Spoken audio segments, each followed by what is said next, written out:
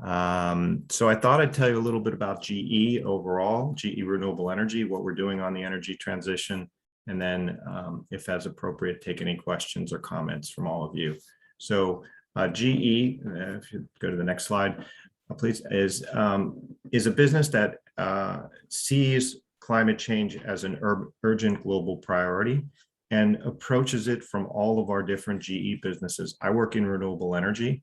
We're the business that's involved in on and offshore wind, hydropower, the business that Matt works in, and a few other renewable energy related businesses. We also have a power business, which focuses on the non-renewable energy sources like gas and coal, nuclear, other things like that.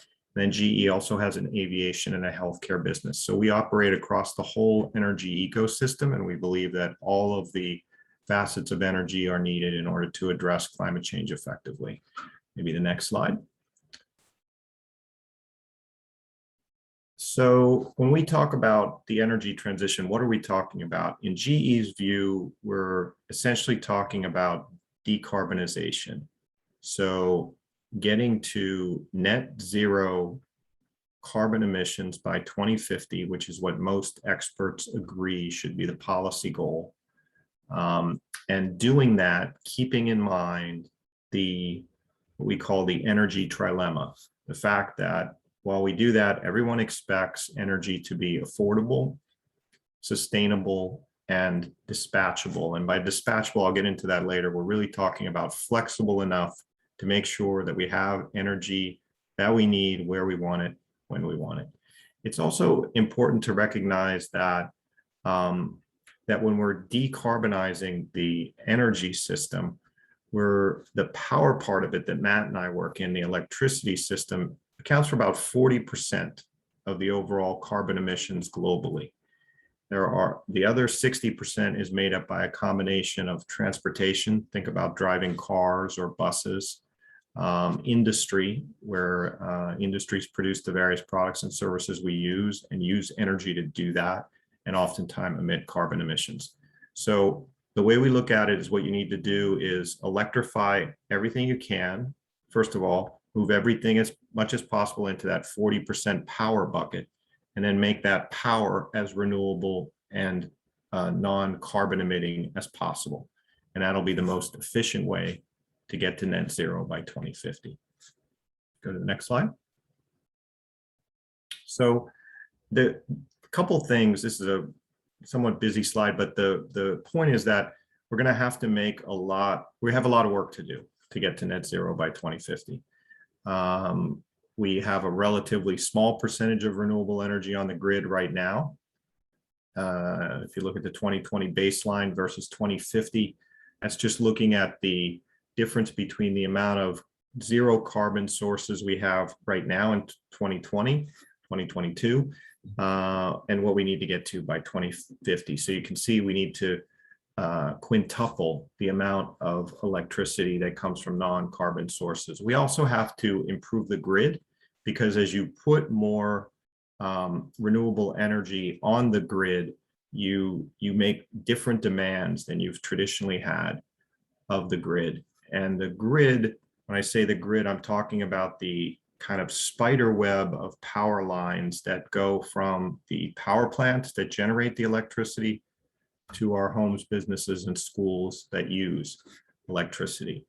If you go to the next slide, please.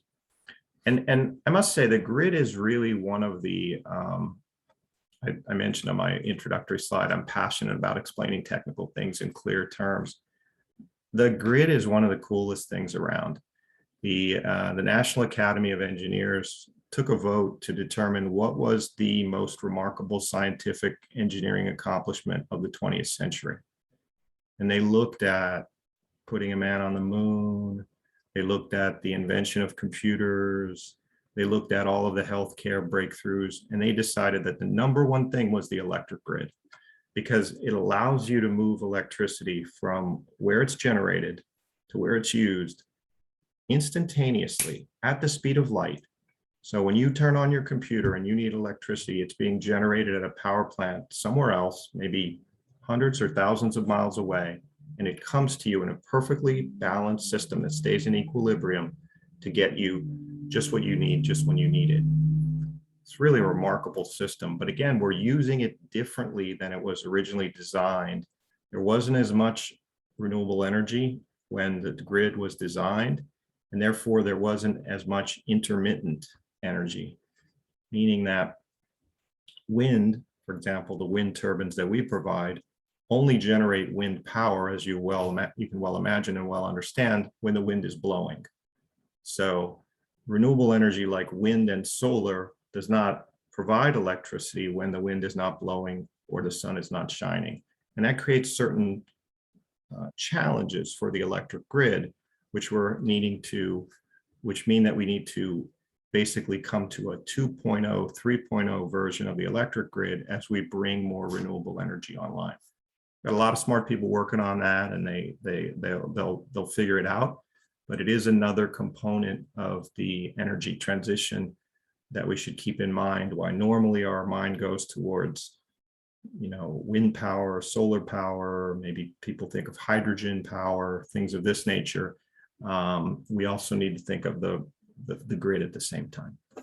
Next slide. So at GE Renewable Energy, when we talk about accelerating the energy transition, we look at it in these 4 buckets of activities that we're undertaking. And it's a good example for you of what a lot of companies are doing in the renewable energy space. We're obviously working with our customers. We work for our customers at the end of the day, and we're working with them to address the energy transition in 4 different ways. One, we're making sure that we get the most out of the existing fleet of renewable energy assets.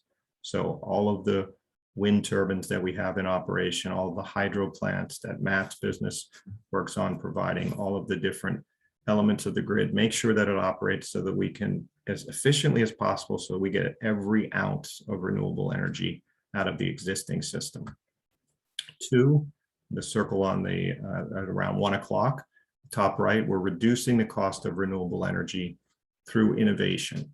So we have a number of people that are working on research and development designed to lower the cost of renewable energy through innovation. For example, we invested very significantly in a new offshore wind turbine that's roughly twice as powerful as the last generation, and we'll get essentially twice as much energy out of the same amount of offshore wind.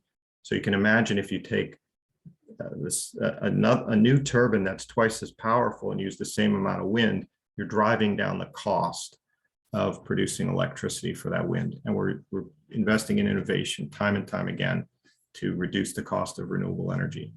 We're also working on the grid issues that I mentioned earlier to make sure that the grid is stable enough to bring on more renewable energy or more carbon-free energy.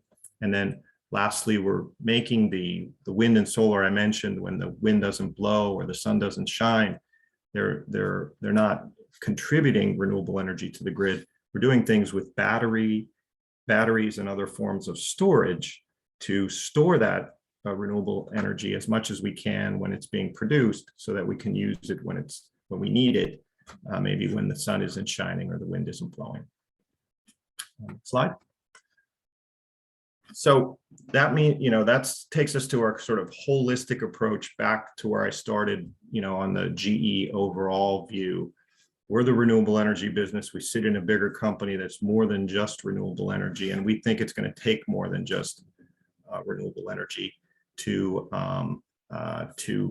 support. I see Matt is chiming in with some helpful observations. I'm going to turn to him in a minute, kind of reverse our order of presentation, but we do think that we need a sort of, it takes everything approach and mindset to addressing the energy transition. So we believe at GE that it takes renewable energy, it takes gas power, and it takes modernizations to the grid to make sure that we can do what we need to do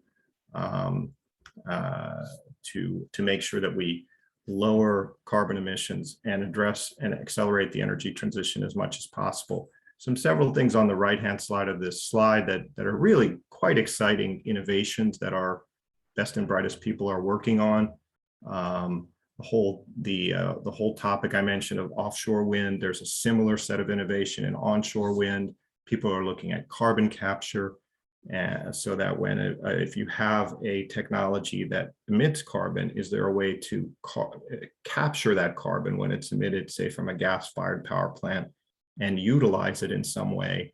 There are actually carbon doesn't just lead to climate change. It has practical benefits in society if you could capture it and if you will bottle it and use it in positive ways. So we have people looking at all of those things as well.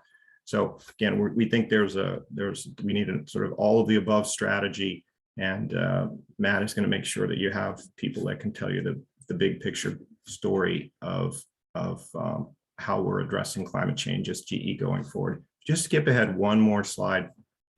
If you give me a moment, okay, well, that's a little bit in the weeds. Let's leave it there. Let me turn it over, Consuelo, to Matt, or any questions, because that's what I wanted to share with the group.